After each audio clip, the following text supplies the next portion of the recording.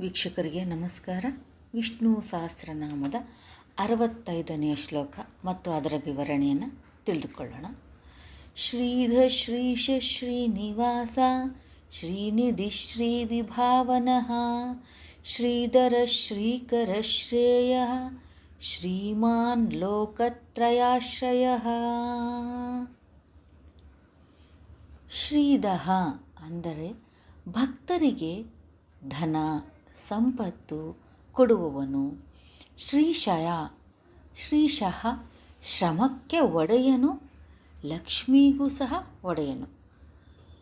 ಶ್ರಮ ವಹಿಸಿ ಯಾರು ತಮ್ಮ ಕೆಲಸ ಕಾರ್ಯಗಳನ್ನು ಮಾಡ್ತಾರೋ ಅಂಥವರಿಗೆ ಹಣ, ಧನ, ಸಂಪತ್ತು, ಆರೋಗ್ಯ ಎಲ್ಲವನ್ನು ಕೊಡುವಂಥವನು ಯಾರು? ಶ್ರೀಶಃ. ಶ್ರೀನಿವಾಸ ಅಂದರೆ ಲಕ್ಷ್ಮೀದೇವಿಯ ನಿವಾಸ ಸ್ಥಾನವಾಗಿರುವವನು.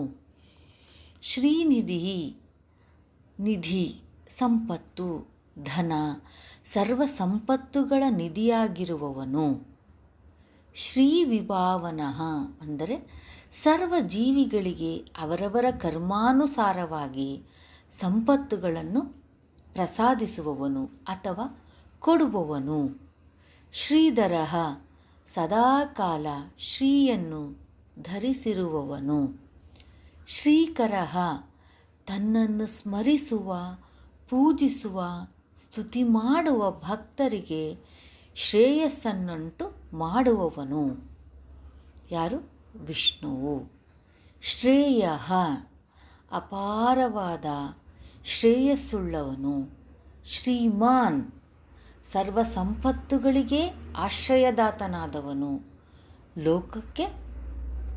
ಲೋಕತ್ರಯಾಶ್ರಯ ಅಂದರೆ 3 ಲೋಕಗಳಿಗೂ ಆಶ್ರಯದಾತವಾಗಿರುವವನು.